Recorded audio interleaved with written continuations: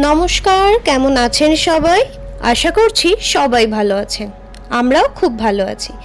কোয়েল Chandrajit blog চ্যানেলে আপনাদের আরও একবার ওয়েলকাম।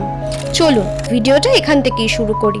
বেশ অনেক দিন পর আপনাদের কাছে আবার একটা নতুন ভিডিও নিয়ে হাজির হয়ে গেছি। তাহলে চলুন বেশি কথা না বলে ভিডিওটা শুরু করি।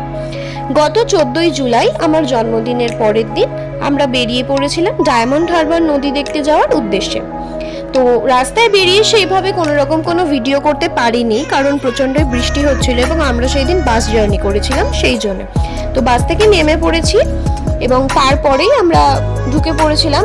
সেখানে নেমেই খুব ভীষণ বৃষ্টি শুরু হয়ে গিয়েছিল, তো সেই জন্য আমরা নেমে পড়েছিলাম একটি চায়ের দোকানে ঢুকেছিলাম নেমেই, বলতে পারেন বৃষ্টি থেকে আশ্রয় নিতে।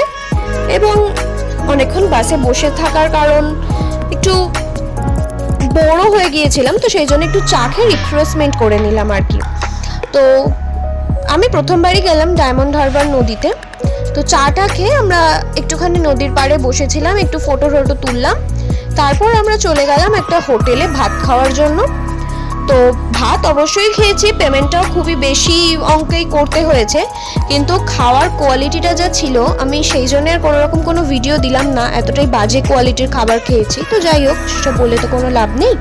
তো তারপর আমরা ওখান থেকে চলে এসেছিলাম লঞ্চ ঘাটে। ওখান থেকে আমরা লঞ্চে করে যাব কুকড়াহাটি।